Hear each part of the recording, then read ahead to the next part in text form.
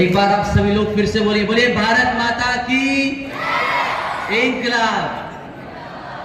चलिए साथियों, नवोदय एकेडमी जो कि बहुत ही जाना पहचाना हुआ नाम है पूरे मध्य भारत में, और अगर मैं बात करूं तो आपने बच्चे की फोटो भी देखी होगी बाहर, जिसका कि नाम अदिति चौरसिया है। एक बार अदिति चौरसिया के लिए, जिसने कि नीट एग्जामिनेशन में पूरे मध्य प्रदेश में टॉप किया है, उसके लिए जोरदार तालियां। वो बच्ची यहाँ पर उपस्थित नहीं है, परंतु उस बच्ची के लिए एम्स रायपुर तक आपकी तालियां पहुंचनी चाहिए, अगर पहुंचा सको तो। जो कि सुंदर सुर सजाने के लिए साज बनाती है। नवोदय एकेडमी सुंदर सुर सजाने के लिए साज बनाती है और नादान परिंदों को बाज बनाती है।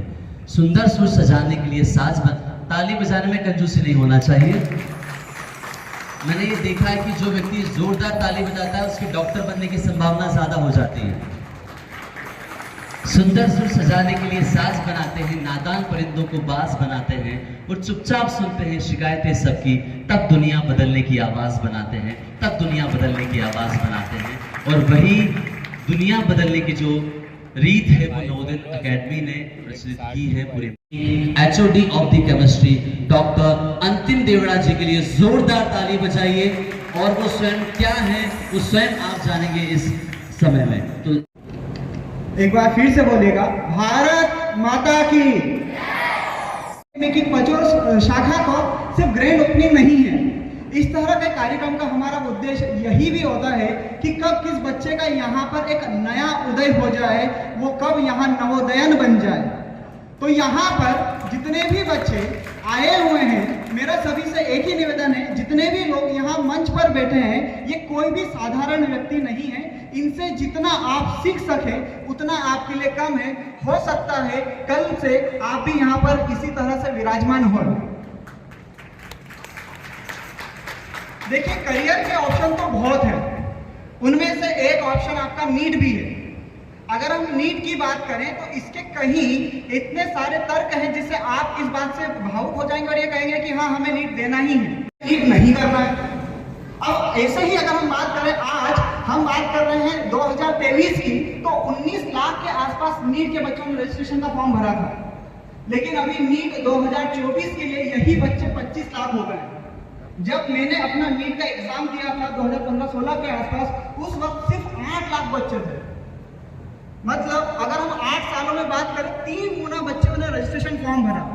यह बात देख के आप डर जाएंगे कि बच्चे कितने, लेकिन यही अगर हम समझे तो 2014 से लेकर अभी तक जो हमारे MBBS की सीट 50,000 के आसपास थी, आज 1,10,000 है।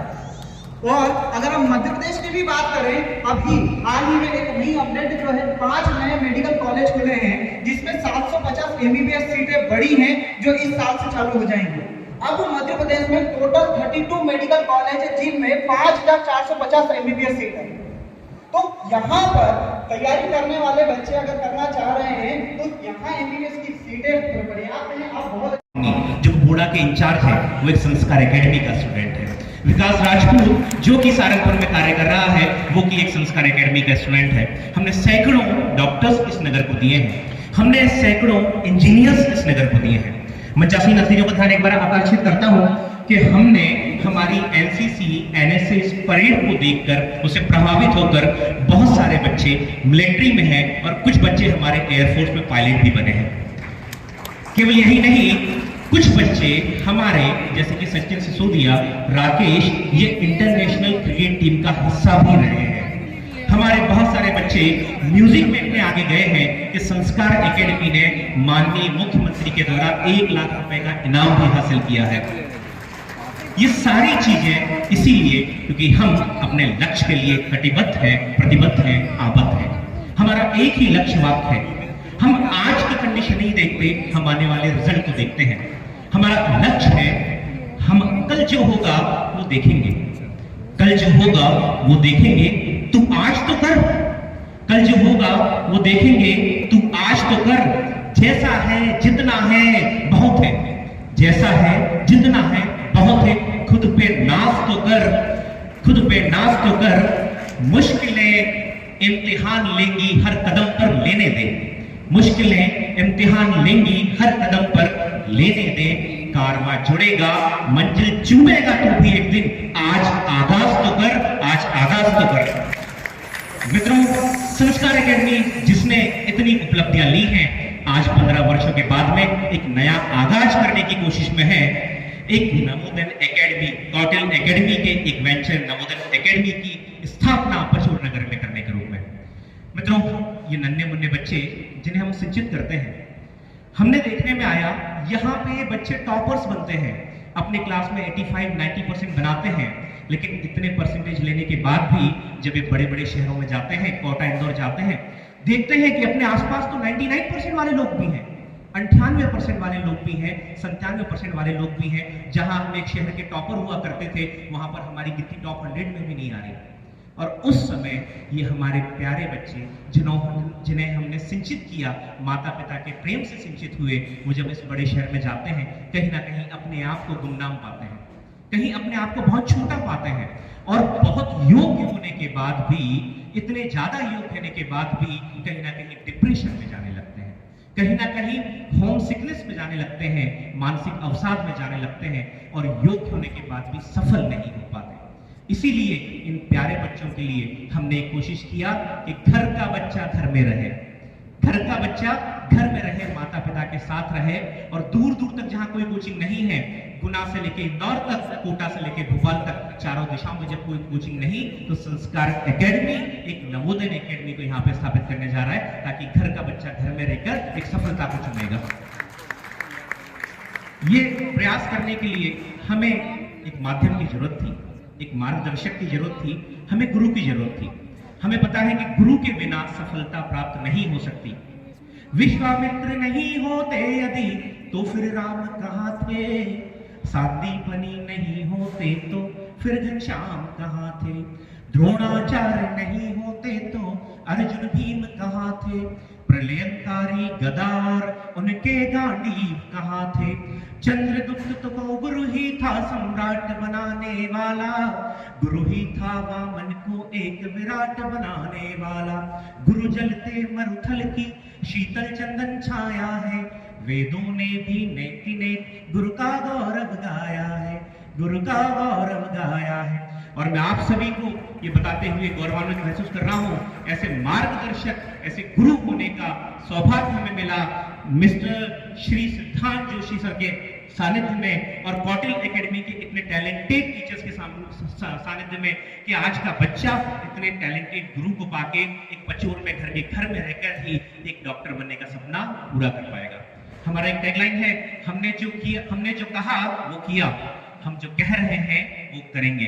मैं विश्वास दिलाता हूं बच्चों, अभी हमारे सर ने कहा कि बच्चों को हम मंच में देखना चाहते हैं, आने वाले 5 वर्षों में इनमें से बहुत सारे बच्चे इस मंच पर बैठे होंगे, तब आपको भी अपने आप पर विश्वास होगा कि हाँ, संस्कार एकेडमी पे विश्वास करके हमने एक बहुत अच्छा डिसीजन लिया। मैं आप सभी से पुनः निवेदन करता हूं, विश्वास करके देखिए, परिणाम हम दिखाएंगे, विश्वास करके देखिए, परिणाम हम दिखाएंगे। बहुत बहुत धन्यवाद। मैं सबसे पहले संस्कार एकेडमी के सभी संचालक गणों का और साथियों का अभिनंदन करता हूं कि उन्होंने यहाँ पर एक नया प्रयास चालू किया। मेरे बारे में सभी को विदित है कि मैं इसी जिले के एक छोटे से गांव का निवासी हूं, और जब मैं पढ़ता था मेडिकल स्कूल में, उसके पहले हमारे यहाँ पर कोई कोचिंग नाम की संस्था नहीं होती थी, हम घंटी छाप स्कूल की पैदाइश है। जब मैं मेडिकल स्कूल में पहली बार गया, एक घंटी छाप स्कूल से निकलकर कॉलेज में, तो ये बात मैं कर रहा हूँ सन 1967 जब मेरा एडमिशन हुआ, तो 1967 में हमारे यहाँ पर कोई ना कॉन्वेंट स्कूल था ना कुछ था, हम एक घंटी छाप स्कूल में पढ़ते थे। तो जब वो बोलने के लिए खड़े हुए तो हमको कुछ समझ में नहीं आया, जो शब्द समझ में आया उसमें से कुछ जो शब्द थे वो हमने पकड़े। फिर हमने कहा कि यार अपन तो पास कभी हो नहीं सकते और अपने कुछ करना पड़ेगा। तो जयप्रकाश ने मुझसे कहा कि ना यार अपने हताश होने की जरूरत नहीं, अपन तो घंटी छाप स्कूल वाले के कॉन्वेंट में पढ़ा हुआ लड़का तो वो होगा कि जैसे अपने यहाँ पर एक मानक है, मतलब मानक हमारे यहाँ पर एक स्टूडेंट था, उसका नाम था Arun Arora. He was known as मानक। तो वो सिंधिया स्कूल की पैदाइश है उस जमाने में। तो सिंधिया स्कूल से वो वहां पर आया था। और एक था डॉक्टर दाऊद, तो दाऊद ईरान से था। कुछ और लड़के जो दिल्ली से थे वो किसी न किसी बड़े स्कूल से आए थे। तो हमने जेपी ने मुझे ये कहा कि यार अपन हताश नहीं हो, अपन कुछ ना कुछ तो इसका हल निकालेंगे। हमारी एक क्लासमेट हुआ करती थी जिसका नाम था Shantuben Patel, now she is no more. और वो युगांडा की जितने जेल के कुएं थे उनकी मालकिन थी। और उसके फादर को ईदी अमीन नाम का एक शासक हुआ करता था, खूब तानाशाह। उसने उसके फादर और मदर को गोली मार, किसी को 98% आए, किसी को 97% आए, किसी को 99% आए। पर मैं वो आदमी हूँ जिसको इंग्लिश में ग्रेस से पास हुआ था मेडिकल स्कूल में। मैंने एमडी में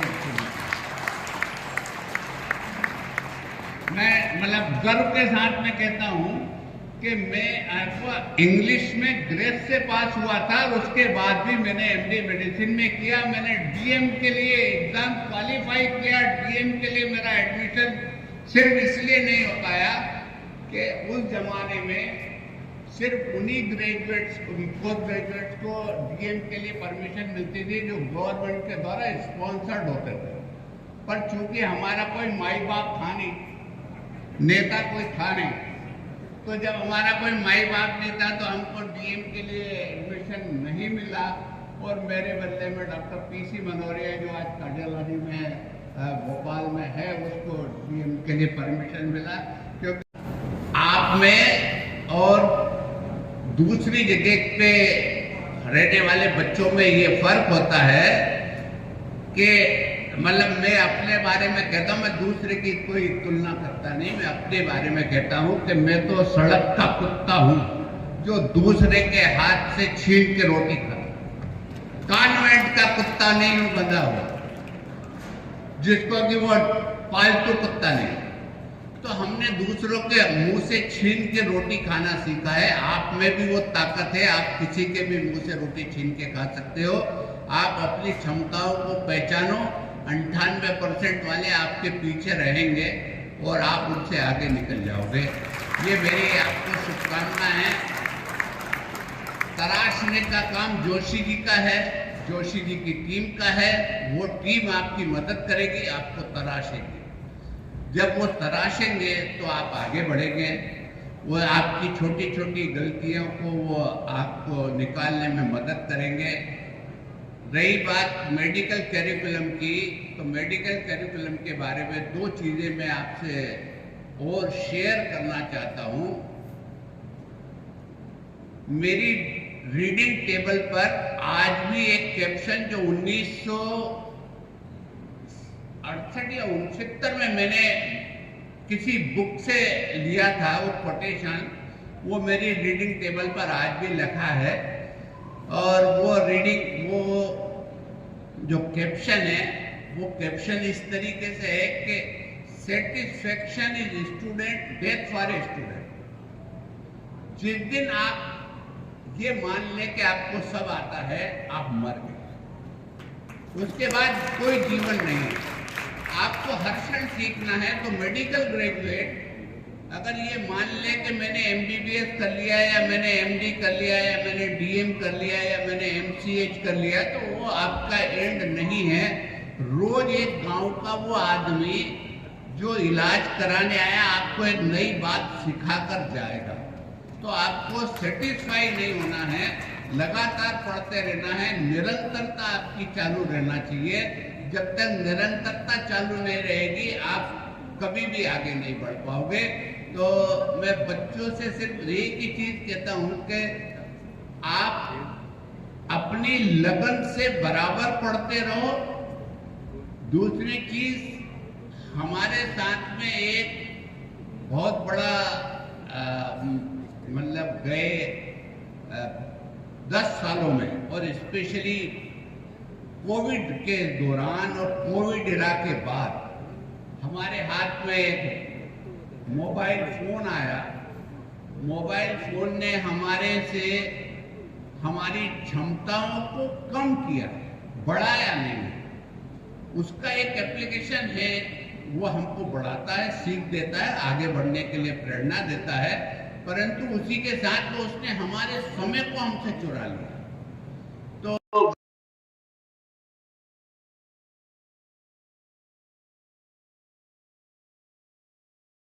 एक घंटा अपना मोबाइल के साथ में खेलिए मत, उससे सीखने के लिए आगे बढ़िए, उसको पढ़िए। उसमें पढ़ने के लिए बहुत कुछ है, उसको सिखा सकता है आपको, परंतु हम उसका जो उपयोग दूसरे तरीके से कर रहे हैं वो उस तरीके से ना करें। आगे बढ़े, निरंतरता बनाए रखें, समर्पण के साथ में नीट की तैयारी करें। सफलता आपके कदमों में खड़ी है, वो आपके कदम चूमेगी। बहुत बहुत धन्यवाद। मैं एक चीज बताना भूल गया था, वो मैं आपको बता दूं कि मेरे करियर में एक समय ऐसा आया जब हमारे पास में जॉब नहीं था। तो मैंने 4 साल तक मेडिकल कॉलेज में एज ए मेडिकल टीचर भी जॉब किया, और मैंने वहाँ पर देखा कि जो बच्चे, मतलब मेरे रॉ स्टूडेंट्स तो थे नहीं, वो तो परिपक्व बच्चे थे जो 3rd year 4th year 5th year के थे। जब उनको पढ़ाने का अवसर आता था, तो जब वो हमारी टांग खींचते थे ना, तब उनको बहुत मजा आता था। अनुभव के लिए मैं चाहता हूं आप सभी लोगों से निवेदन है कि एक बार सर के लिए जोरदार खड़े हो करके उनके अनुभवों के लिए जोरदार ताली बजाइएगा। मेरे साथी यहाँ पर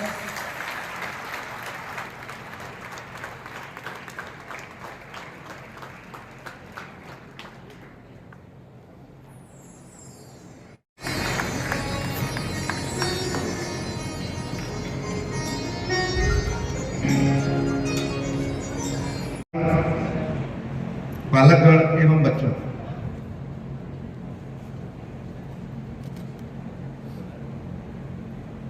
सबसे पहले तो बच्चों 10वीं के बाद जो है सबसे बड़ी जो दिक्कत आती है कि सब्जेक्ट क्या लें।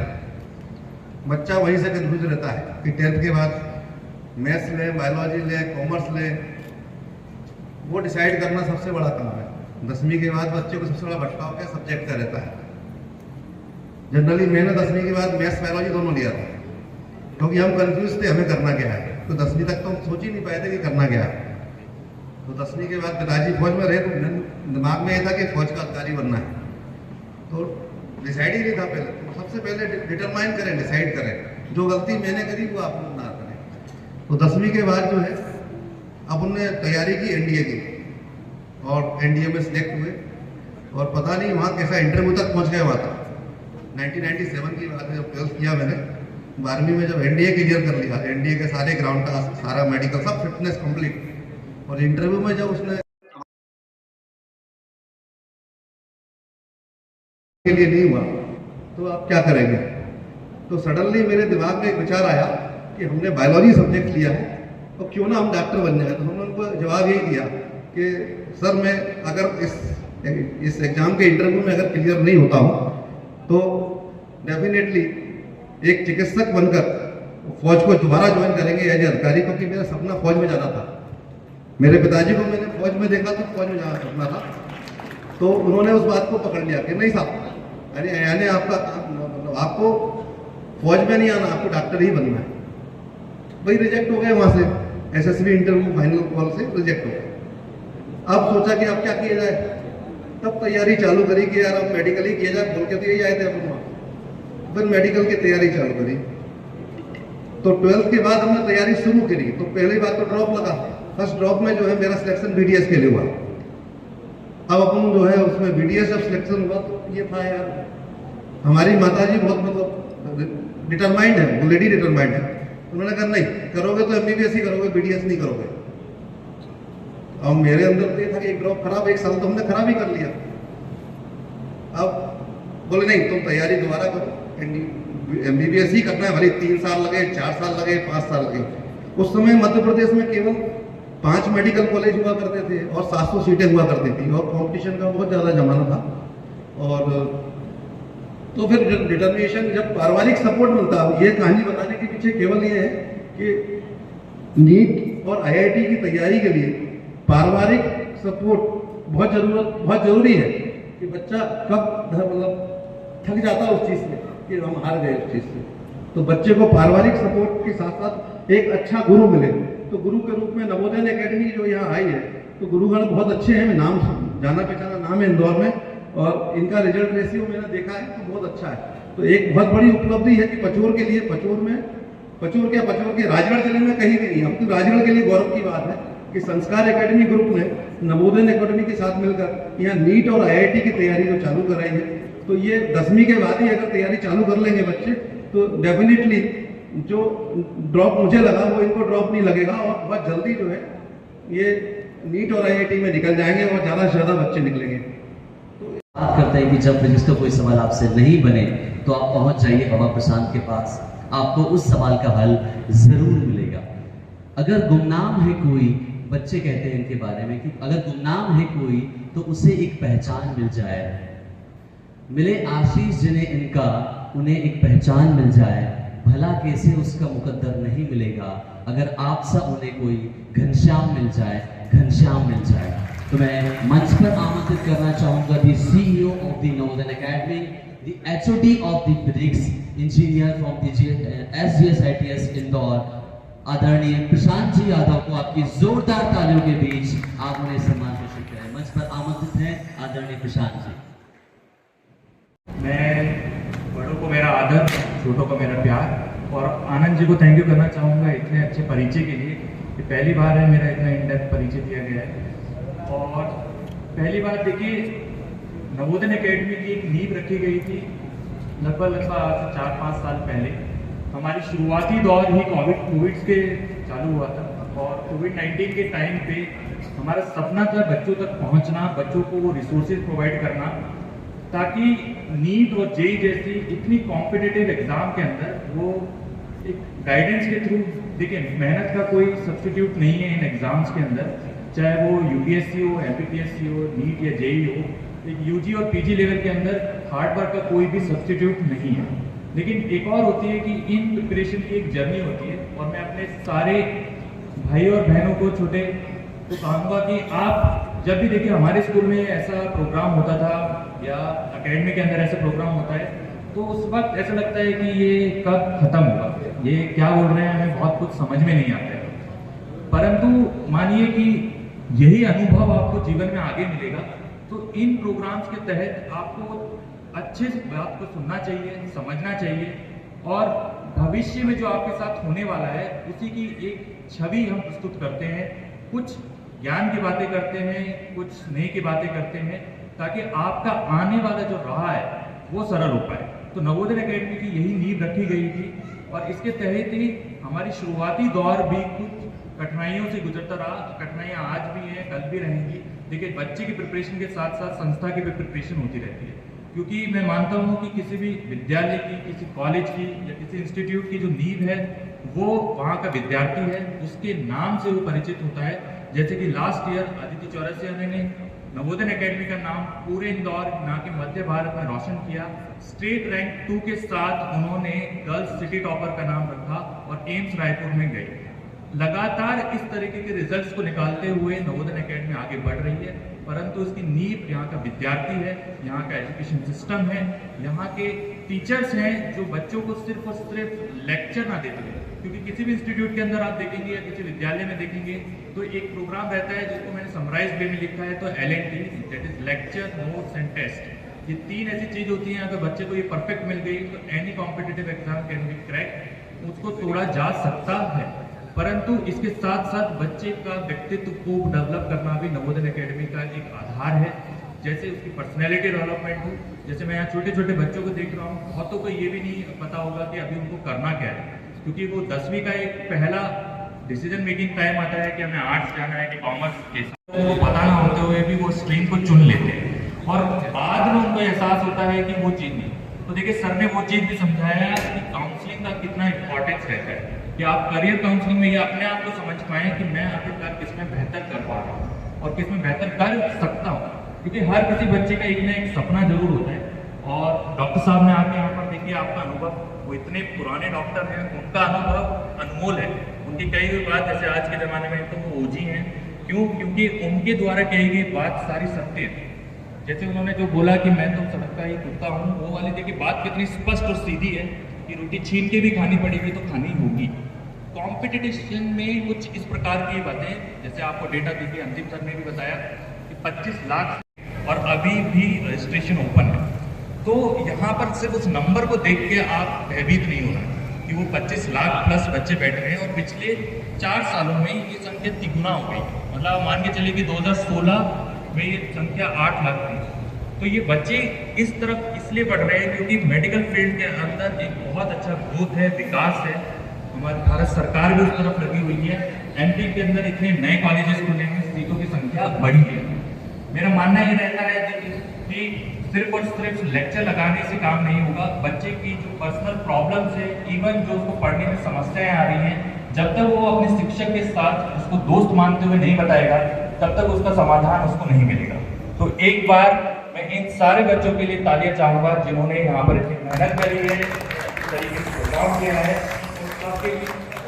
और देखिए जैसे रही बात फिजिक्स जैसे सब्जेक्ट, विषय को आसान बनाने का अर्थ है कि आपको बस उसको अपने जीवन में जोड़ना है। कि वो विषय देखिए 11th के एक छोटे से चैप्टर में आपको बताया जाता है कि तबला कैसे बज रहा है, बस हाँ वहाँ पर वो नाम नहीं लिखा होगा।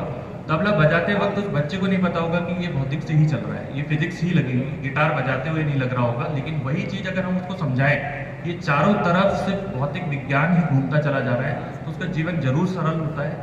बाकी आपका सपना हमारी जिम्मेदारी होती है, आपकी तैयारी हमारी जिम्मेदारी होती है। उस सपने को लेकर ही हम आगे बढ़ते हैं कि हर बच्चा जहां पहुंचना चाहता है, जिस सपने को देख के चलता है, उस तक हम पहुंच पाए। अब मैं अपने छोटे भाई बहनों से थोड़ी बात करना चाहूंगा जो पीछे बैठे हुए हैं और बहुत देर से सिर्फ और सिर्फ उबासियां ले रहे हैं कि कब ये खत्म होगा, कब हमको घर जाने दिया जाएगा। तो सबसे पहले उनकी तरफ से बोला जाए, भारत माता की।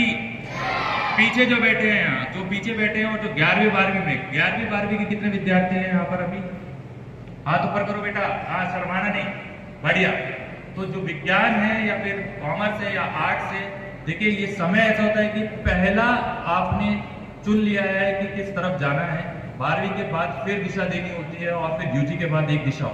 मार्गदर्शक का काम सिर्फ इतना है कि वो आपको मार्ग बताएगा, मार्ग पे चलने का काम आपका ही है, कठिनाइयों का सामना काम करने का आपका है। किसी का सिर्फ रहना ही काफी होता है। बहुत सारे बच्चों को इतना मार्गदर्शन भी नहीं मिलता। आपको यहाँ अपने स्कूल में संस्कार अकेडमी में इतना मार्गदर्शन मिलता है। नवोदय अकेडमी की तरफ से आपको पूरा सपोर्ट रहेगा कि किसी भी कॉम्पिटिटिव एग्जाम को निकालने के लिए क्या चीज़ें जरूरी हैं, प्रिपरेशन कैसे करनी चाहिए, कौन से समय पे करनी चाहिए, कौन सा विषय को कितना पढ़ना चाहिए, कितना इंपॉर्टेंस है, वेटेज क्या है, ये सब रिसोर्सेज आपको प्रोवाइड कराया जाएगा आपके ही शहर में। अब आपका काम बनता है कि आप इन रिसोर्सेज का सही से उपयोग करें और अपने पेरेंट्स के सपनों को पूरा करें।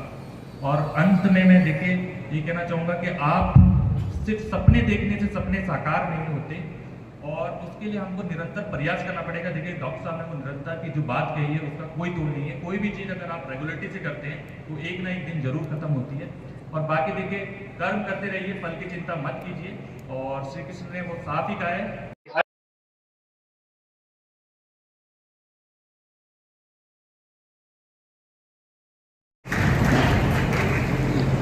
दोस्तों, हरिशंकर परसाई जी ने एक बहुत ही आदरणीय आलोक शर्मा जी पचूर के शायद एडिशनल एसपी हैं, वो भी इन्हीं के द्वारा पढ़ाए गए हैं।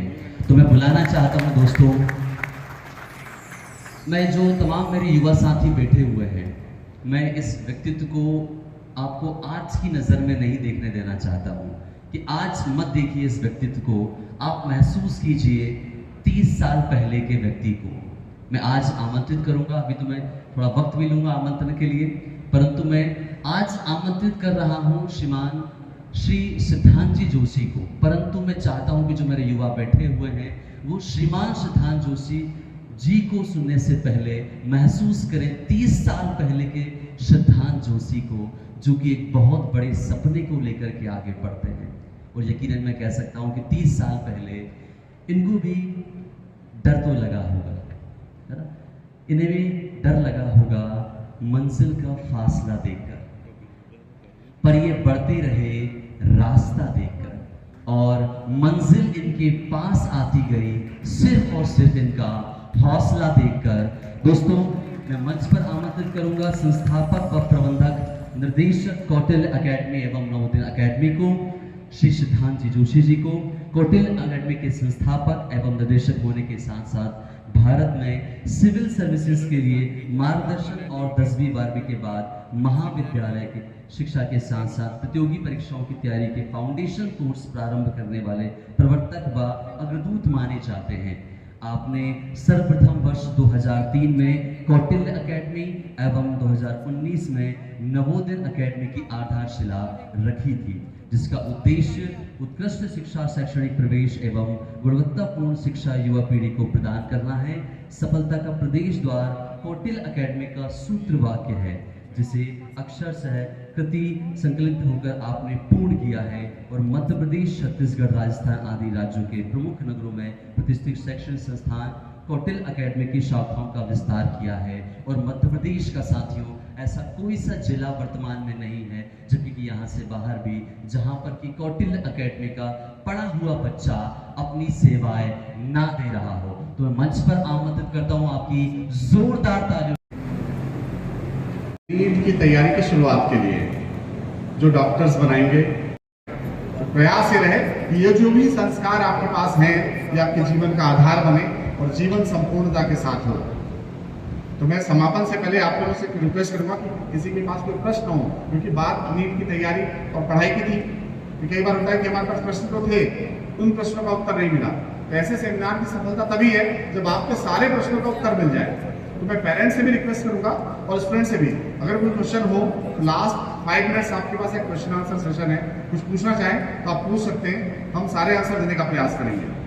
अगर कोई हो तो प्लीज आप हैंड रेज कीजिए, मैं माइक आप तक भेज दूंगा। जो स्टूडेंट्स हैं वो MBBS और इंजीनियरिंग भी कर रहे हैं, IIT भी, उसके बाद NDA की तैयारी भी हो रही है। NDA के बाद अगर आप प्रशासन में जाना चाहते हैं तो इसी पचोड़ से एक्साइज डिपार्टमेंट से पुलिस डिपार्टमेंट तक और प्रशासन से लेकर शासन तक सभी लोग पहुंचे हुए हैं। तो आप जहां जाना चाहते हैं कोई रुकावट ही नहीं है, याद रखिएगा। कोई क्वेश्चन है किसी के पास? यहाँ पचौड़ नगर में तो कोचिंग स्टार्ट होने वाली है, उसमें फैकल्टी कौन होगी, उनका नाम जानना चाहूँगा मैं। जो फैकल्टीज हैं, कोई भी संस्थान, कोई भी टीचर अपने आप में महान नहीं हो सकता। उसको महान बनाते हैं वहाँ के स्टूडेंट्स, वहाँ के रिजल्ट्स। जब कभी बात की जाती है कि टीचर कौन होगा, शिक्षा कौन देगा, तो एक वो जो कविता की 2 लाइन है, मोल करो तलवार की पड़ी रहे तो म्यान वाली बात। यहाँ इम्पोर्टेंस इस व्यक्ति का, इस बात का नहीं कौन टीचर सामने खड़ा रहेगा, इम्पोर्टेंस इस बात का है कि जो विषय पढ़ाने जाने वाले हैं, फिजिक्स, केमिस्ट्री, बॉटनी, जूलॉजी, इसके एक्सपर्ट्स होंगे। और एक्सपर्ट्स का मतलब होता है ग्रुप ऑफ पीपल, कोई एक व्यक्ति नहीं हो सकता। आवश्यकता जितने लोगों ने आपने जिन लोगों को सामने सम्मान करते हुए देखा, ये सभी लोग हैं। ये सभी लोगों का नाम आप तक पहले ही आ चुका है, आपके प्रश्न से पहले ही। इनमें से जिस समय जिसकी आवश्यकता होगी वो फैकल्टीज आपके साथ होंगे। इवन डॉक्टर विकास जो सामने हैं वो भी हमारी फैकल्टी के पार्ट हैं, और अब शासकीय सेवा में है इसलिए वो उस चेयर पे हैं। तो कुछ जगह पर वो स्वयं भी रहेंगे, और जो टीचर्स आपके साथ थे, अब सबका मैं नाम फोटो के साथ आपको कल पोस्ट कर दूंगा, कौन कौन से विषय कब कब पढ़ाए जाएंगे। तो पूरा ईयर कैलेंडर आपके पास होगा। हौसला अफजाई के लिए कुछ कहना चाहता हूँ, जिससे वो बढ़ चढ़कर हिस्सा लें कि मंजिल तो मिल ही जाएगी भटक कर ही सही, मंजिल तो मिल ही जाएगी भटक कर ही सही, गुमराह तो वो लोग हैं जो घर से निकलते ही नहीं। यहाँ सब घर से निकल के विटामिन ले रहे हैं, टेंशन इस बात की तो नहीं है। थैंक यू इसके लिए। Good afternoon sir, maths stream. Sir मुझे एक क्वेश्चन है और मुझे लगता है कि आप उसका आंसर दे सकते हैं। सर बहुत सारे लोगों को पढ़ते नहीं है तब मुझे डर लगता है, और मैं पढ़ती हूँ तो मुझे डर लगता है। हम बहुत सारे लोग बोलते हैं कि हम अपनी यंग एज में और 11th-12th क्लास में हम इतना अच्छा पढ़ते नहीं थे, फिर भी हम एक अच्छी पोस्ट पे हैं आज। और बहुत लोग डराते भी हैं कि जो अच्छा पढ़ता है उसका आगे कोई फ्यूचर नहीं है। ठीक, इसलिए मैंने अपनी बात पहले कह दी थी, आपकी स्टोरी लिखी जानी बाकी है, इसलिए आपकी स्टोरी आप लिखने वाले हो। रही बात डरने की, देखो डर एकमात्र इमोशन है ह्यूमन बीइंग का जो पॉजिटिव है। ये डर ही है जिसके कारण आज संडे को हम सब छोड़ के सुबह से यहाँ पहुंचे हुए हैं। ये डर ही है जिसके कारण आप लोग इस धूप में बैठे हुए हैं, हमारे कैरियर का क्या होगा। डर एक इमोशन है जिसको सही तरीके से यूज कर लो तो पॉजिटिव रिजल्ट देने वाला है। रही बात डरने की, देखो ऐसा नहीं है कि जो पढ़ता है वो डरता है, जो नहीं पढ़ता वो नहीं डरता। डरते सभी हैं, डर सभी को लगता है। अच्छा एक बात बताओ, देश के एक राष्ट्रपति हुए एपीजे अब्दुल कलाम, नाम सभी का सुना है उनका? उनकी मृत्यु कहां हुई थी पता है? स्टेज पे भाषण देते हुए। क्या आपको लगता है कि भाषण देते हुए किसी को डर नहीं लगता? स्टेज पे खड़ा होकर डर नहीं देता किसी को? क्या ये पॉसिबल है? एग्जाम्पल मैं उसका क्यों लिया? वो इतने महान व्यक्ति जिनकी पूरी जिंदगी लोगों को सिखाते समझाते गुजरी थी, लेकिन उनका भी हार्ट बीट कहां चेंज हुआ? स्टेज पे आके। समझना एक छोटे से एग्जाम्पल से। डर हर किसी को लगता है, लेकिन डर पर काबू करके उस पर प्रयास करके अपने एफर्ट्स लगाना, मंजिल तक पहुंचने का प्रयास करना, ये जीवन का आधार है। तो जो डर गया वो तो मर गया, ये सुना हुआ है ना? सुना है सबने? और मैं दूसरी बात कहता हूं, जो नहीं डरा वो एक दिन पहले मरा। तो डरो, ये डर ही है जिसके कारण हम काम करते हैं, है ना? तो डर नेगेटिव नहीं है, बस उसको यूज किया जाए। तो तुमको डर किस बात से लग रहा है? मैथ्स पढ़ने से? एक मिनट सो प्लीज माइक दीजिए ना। Yes stop. कुछ तो लोग कहेंगे, लोगों का काम है कहना, है ना? तो लोगों को सुनने में मत जाना। दो लोगों पे भरोसा करो। नंबर 1 आपके पेरेंट्स, वो कभी भी गलत नहीं बोलेंगे। नंबर 2 आपके टीचर्स, जिस पे आपको विश्वास है। ये दो ही तत्व हैं पूरे विश्व में जो आपकी प्रतिभा को पहचानते हैं और सही मार्गदर्शन देते हैं। बाकी जितने रिश्तेदार हैं ये हैं ही काम खींचने के लिए। काम करने जाओ, बताने आ जाएंगे घर पे कहाँ भेज दिया बच्चे को। इतने कठिन में आसान थोड़ी ना है। ये है कड़वी सच्चाइयां, उनको जान के चलोगी तो मंजिल तक पहुंच जाओगे। ठीक है? और कोई क्वेश्चन है? मैं 2004 से सिस्कॉम सिस्टम करके स्कूल चलाता हूँ। मतलब मेरा ऑनलाइन का वर्क है और सभी बच्चों के लगातार में फॉर्म भरना, उन्हें कुछ जितना मेरे जितना मैं जानता हूँ उतना उनको अपनी तरफ से सजेशन दे के उनके जो भी डाउट्स रहते हैं वो क्लियर करता हूँ। पर जरूरी नहीं कि नीट्स और जेई जैसे हैं, बहुत सारी फील्ड हैं बच्चों की जो अभी भी मेरे भी नॉलेज में नहीं है, या बहुत सारे जैसे DRDO में हमारे यहाँ का बालक राजगढ़ से गया वैज्ञानिक अनुसंधान में, उसका सिलेक्शन हुआ। तो इस तरह की बहुत सारी फील्डें हैं और इनकी जानकारियाँ अभी भी उपलब्ध नहीं हो पाती है। तो कुछ ऐसा हो या ऐसा कोई प्लेटफॉर्म हो जिससे कि बच्चे पता कर सकें कि ये यहाँ से इस फील्ड में जा सकते हैं। हर कोई अचीव नहीं करता कि आपके इंस्टीट्यूट का नाम क्या है? सिस्कॉम इन्फोसिस्टम 2004 से बात। मैं आपको मैं मिल के करता हूँ। वहाँ जीवन के सारे डायमेंशन बच्चों को बताए जाएंगे क्या क्या करना है। Thank you sir. डेट का स्थान आप तय कीजिए, मैं अपने एक्सपर्ट फैकल्टी के साथ आपके साथ रहूंगा, क्योंकि मेरा काम कैरियर काउंसलिंग भी है। आज चूंकि नीट की बात हो रही है, मैंने उसके रिलेटेड बात की। जी जी जी, विषयांतर न हो मेरी मजबूरी है। आपसे इसीलिए क्वेश्चन किया मैं आपके साथ हूं। बच्चे नीट और जेई तो एक फोकस होता ही है, तो वो कम से कम उनके लिए ये मैंने कह दिया कि मैं आपके साथ हूँ। आप थैंक यू। एक बात याद रखना, जरूरी नहीं है कि देश की सेवा बाउंड्री पे गन लेके की जाए। आप अपने ड्यूटीज ठीक से करें, देश की सेवा चल रही है ना? तो ऐसे बात जानना चाहता हूँ, बच्चों को कब नीट में पढ़ने भेजना चाहिए, कौन सी क्लास से? पहली फर्स्ट। दूसरा, इसमें कितना